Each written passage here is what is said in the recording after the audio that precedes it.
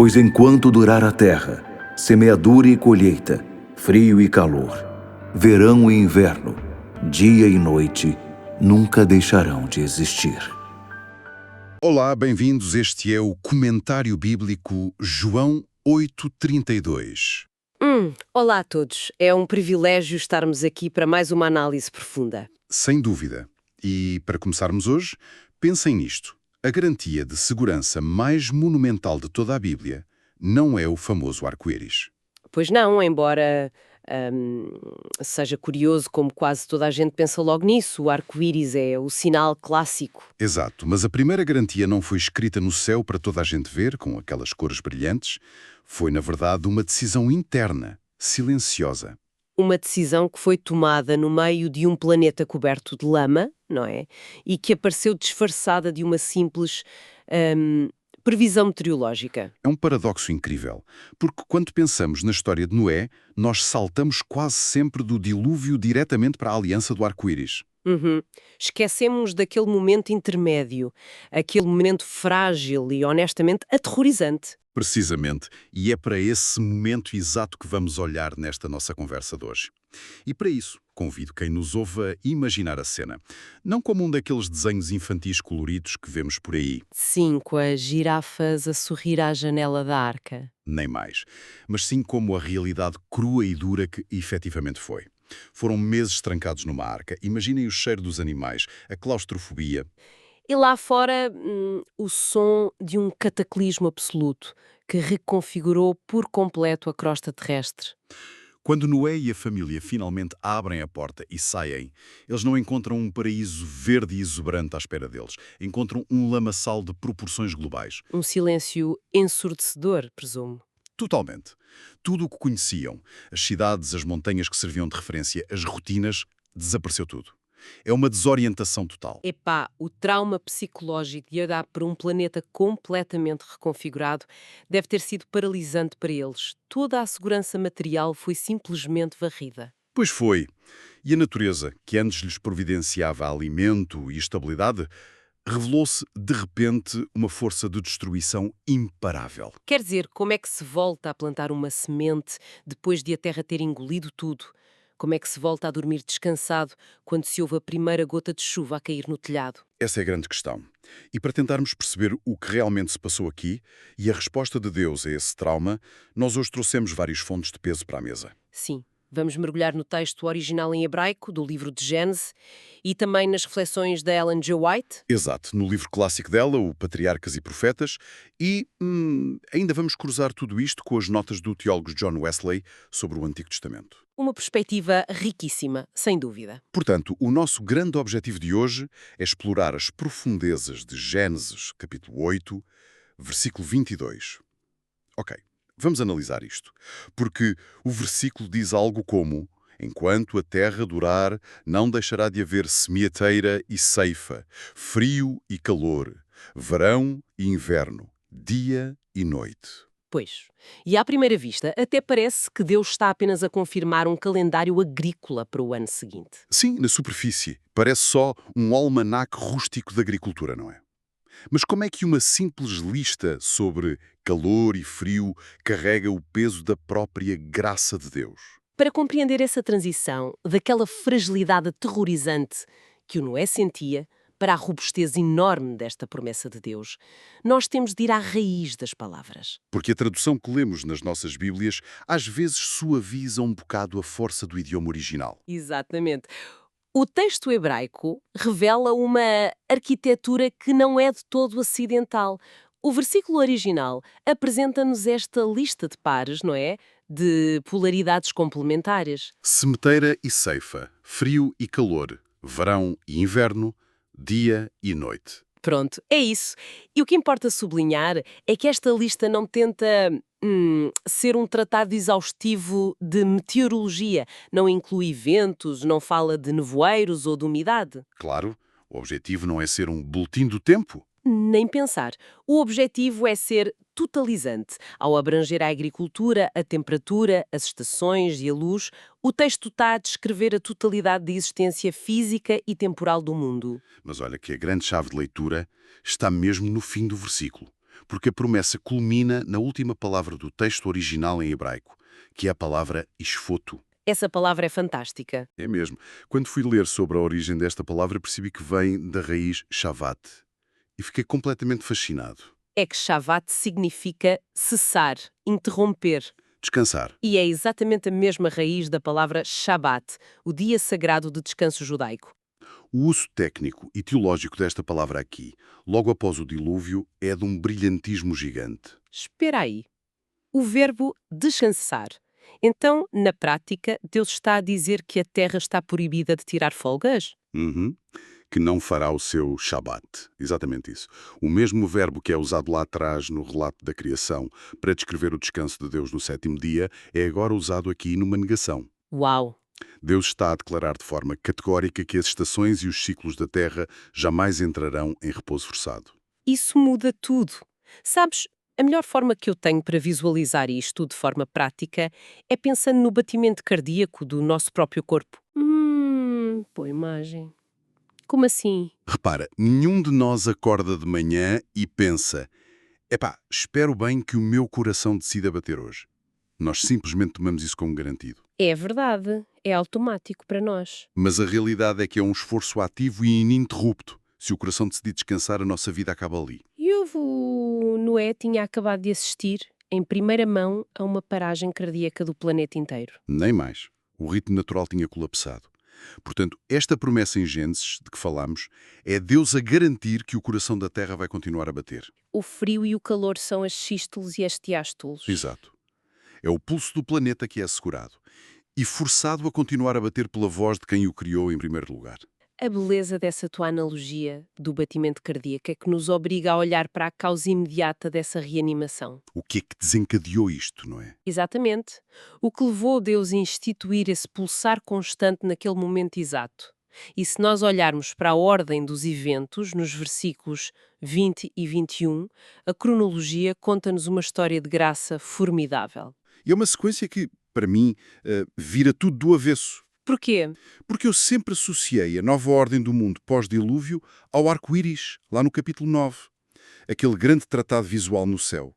Mas aqui no capítulo 8 há algo que acontece primeiro, muito antes do arco-íris. O sacrifício, certo? Sim, o Noé sai da arca e a primeiríssima coisa que faz é construir um altar.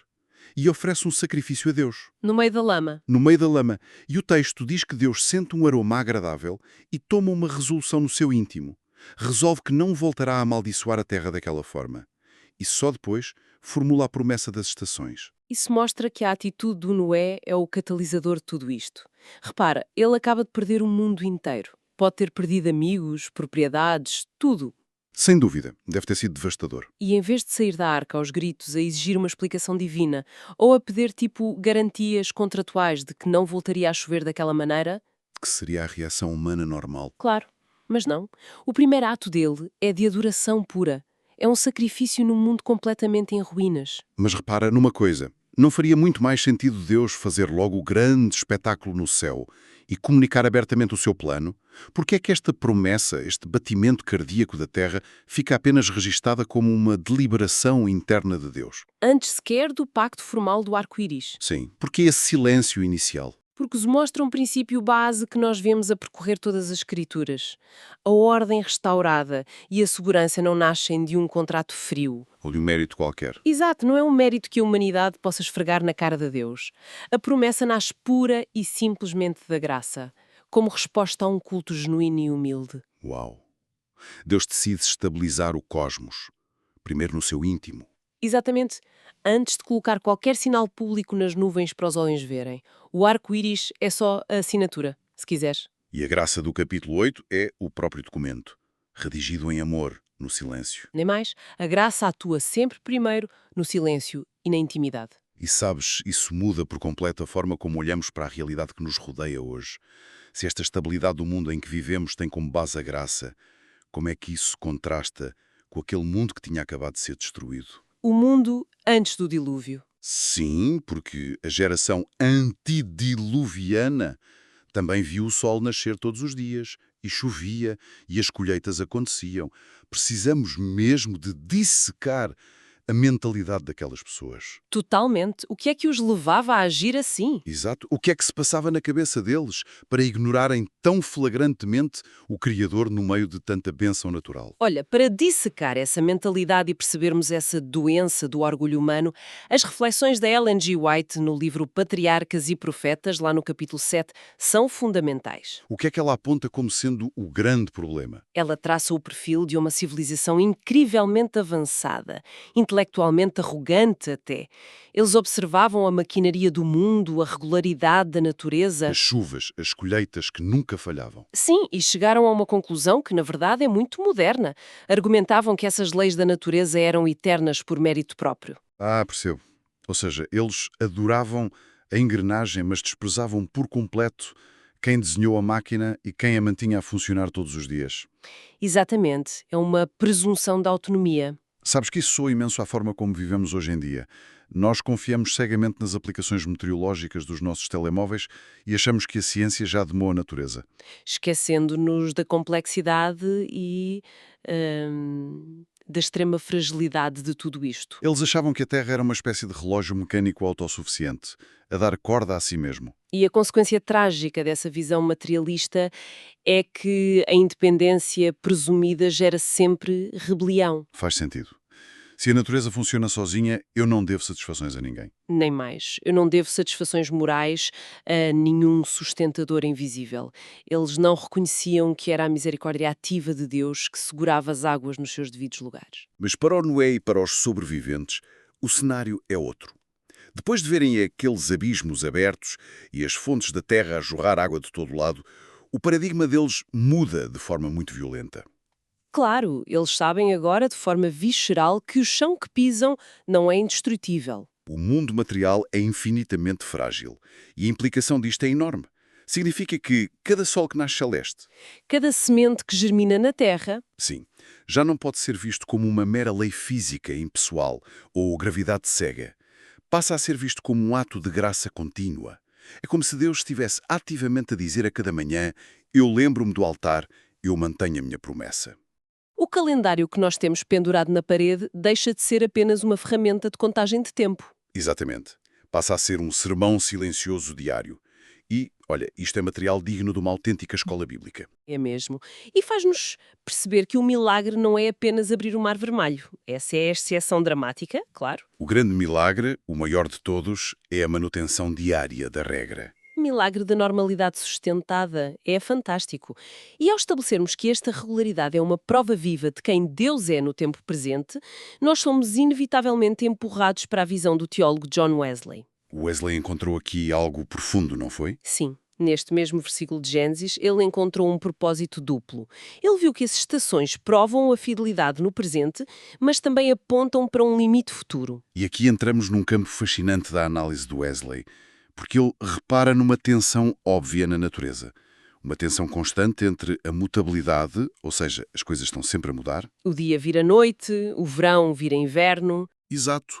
Uma tensão entre essa mudança e a fidelidade inabalável de Deus. Pensemos bem nisto. Nada na natureza está parado, certo? Certo, o sol sobe e desce todos os dias. A árvore perde as folhas no outono e ganha folhas novas na primavera. O frio vem e depois o calor regressa. A mudança é absolutamente constante. Mas, ironicamente, é essa regularidade da mudança que nos dá a nossa sensação de estabilidade. E o grande brilhantismo do Wesley é pegar nessa observação que é empírica, que todos vemos, e transformá-la num argumento teológico blindado. O que é que ele conclui com isso? Ele diz o seguinte, e repara na lógica. Se a criação material, que não tem qualquer consciência, que é insensível e cega, consegue obedecer e cumprir as promessas divinas com uma exatidão tão milimétrica, Que lição é que nós humanos devemos tirar? sim, nós, seres humanos, que temos inteligência, que temos consciência, a conclusão a que ele chega é óbvia. Quem observa o ciclo infalível da Terra pode e deve confiar absolutamente que as promessas espirituais também não vão falhar. E que a aliança de salvação se mantém firme. Faz todo sentido. Se ele não se esquece de fazer girar um planeta inteiro só para aquecer a lama e fazer crescer o trigo, de certeza absoluta que não vai falhar com aqueles que lhe entregaram a vida. É um pensamento profundamente reconfortante. Muito, mas olha, aí é que a coisa fica mesmo interessante. Lá vem a reviravolta. Porque há um detalhe nas palavras iniciais deste versículo de Gênesis 8, 22, que muda um pouco a nossa perspectiva sobre as coisas. E o Wesley fez questão de não o ignorar na sua análise. É um detalhe que passa despercebido a muita gente. Passa? Sim. O texto não diz que esta roda das estações vai girar para toda a eternidade. Diz especificamente enquanto durar a Terra. Essa é a famosa cláusula de exceção, não é? A promessa tem um horizonte temporal espetacular, sem dúvida, mas é finito. Tem um fim à vista. Sim, as estações e os ciclos que nós conhecemos hoje não são o estado final do universo. Nós hoje em dia estamos tão habituados à ideia de que o amanhã será sempre igual ao hoje. Pois, e este enquanto durar a Terra serve como um alerta contundente. Há um relógio a contar, silenciosamente, para uma linha de chegada. A promessa tem um prazo de validade cósmico. Mas o que é que isso significa na prática bíblica? Para onde é que a Terra caminha se não é para ficar a girar eternamente neste formato que conhecemos? Olha, para entender a plenitude deste prazo, nós precisamos da chave que o Novo Testamento nos dá, especialmente na segunda epístola de Pedro. Capítulo 3, não é? Exatamente. No versículo 7. Lá é-nos dito que os céus e a terra atuais estão reservados e guardados para o dia do juízo e para o fogo. Fogo e juízo. Uma transformação radical, portanto. Ou seja, Deus promete que não destruirá novamente a terra com água, que era o grande medo de Noé, e promete que sustentará os ritmos de vida, mas até que o propósito da história humana esteja finalmente concluído.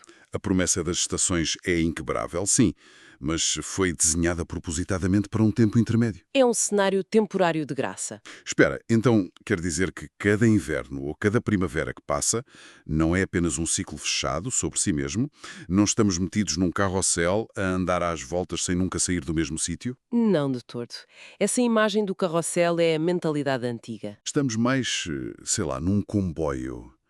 Cada ciclo completo de um ano é o som do comboio a passar nos carris, a avançar de forma linear em direção à última estação. É uma contagem decrescente, no fundo.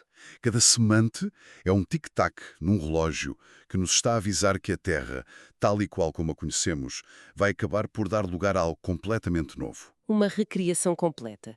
E as promessas bíblicas mais profundas, lá para o fim, no livro do Apocalipse, falam-nos exatamente dessa realidade final. Uma realidade que vai transcender a nossa natureza atual. Muito além desta mecânica do enquanto durar a Terra.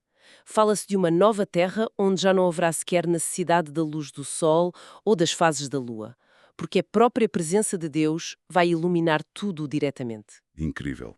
Portanto, a promessa de Gênesis é, no fundo, a estrutura de sustentação, o andaime perfeito, até que o edifício final definitivo esteja pronto. Não é mais, é o andaime da graça que segura a nossa existência hoje. Isso é de nos deixar sinceramente sem fôlego. Para tentarmos sintetizar tudo aquilo em que mergulhamos nesta nossa conversa de hoje, temos de abandonar definitivamente a nossa leitura mecanicista da vida. O olhar automático para o dia-a-dia. Exato. A rotina do dia e da noite, aquele calor insuportável no pico do verão, as manhãs geladas de inverno, tudo isso é muito, mas muito mais do que a simples inclinação do eixo da Terra. Ou do que uma mera meteorologia de manual. Sim, são o testemunho diário, constante, da graça imerecida de Deus. Uma graça que foi dada no meio do silêncio ensurdecedor de um mundo afogado em água. É a prova palpável que todos podemos sentir na pele. Prova de que a natureza não fará o seu Shabat, não entrará no seu descanso final, até que chegue o grande e supremo dia da renovação. E o maior desafio prático disto tudo, para todos os que nos ouvem hoje, é mesmo combater a nossa amnésia espiritual. Sem dúvida. Porque, repara, o nosso cérebro humano está literalmente programado para ignorar o que é constante. Nós acordamos de manhã, tropeçamos na cama, puxamos a cortina. Vemos que está dia e vamos fazer o café. Fazemos o café e ainda nos queixamos da vida e do trânsito. Arquivamos a nossa normalidade na gaveta do aborrecimento, da rotina óbvia. Tomamos tudo como garantido. Mas hoje fomos claramente relembrados de que não há absolutamente nada de óbvio na estabilidade deste mundo. O que nós chamamos, com algum tédio, de rotina, é na sua gênese mais pura graça estendida ao longo do tempo. É o favor imerecido de um Criador que decidiu preservar o nosso amanhã. todos os dias. A nossa normalidade é, afinal de contas, o sobrenatural a acontecer em modo de câmara lenta, a desenrolar-se, mesmo diante dos nossos olhos, muitas vezes apáticos. Uma câmara lenta divina para termos tempo de o procurar. É uma perspectiva fantástica. E é precisamente por isso que, para terminar hoje, eu gostava de deixar um pensamento provocatório, uma daquelas ideias para remoermos ao longo das próximas horas. Venha de lá esse desafio. Pensem nisto. Se cada manhã que rompe no nosso horizonte e se cada colheita que chega, sob a forma de comida à nossa mesa, é na verdade a renovação silenciosa e incrivelmente teimosa de uma promessa que foi feita sobre um altar rústico. Um altar a deitar fumo há milhares de anos. Exato, no meio de lama e de uma incerteza total. Como é que essa consciência vai alterar a forma como lidamos com as nossas próximas 24 horas? É uma boa pergunta. Como é que isso muda o peso do próximo amanhecer que virmos quando formos amanhã para o trabalho? O que aconteceria à nossa forma fácil de reclamar da vida? O que aconteceria ao nosso próprio espírito? Se passássemos a ver o calendário não como folhas de papel impiedosas que vamos arrancando a cada mês, mas como a caligrafia visível da imensa fidelidade de Deus. Transforma a forma de viver, por completo. Fica aqui a reflexão. Nunca mais olhem para um simples termómetro ou para a mudança da hora no outono sem se lembrarem de que alguém prometeu que isso nunca ia falhar. Continuem a procurar as promessas gigantes que se escondem por trás das coisas rotineiras. Um abraço e até à próxima.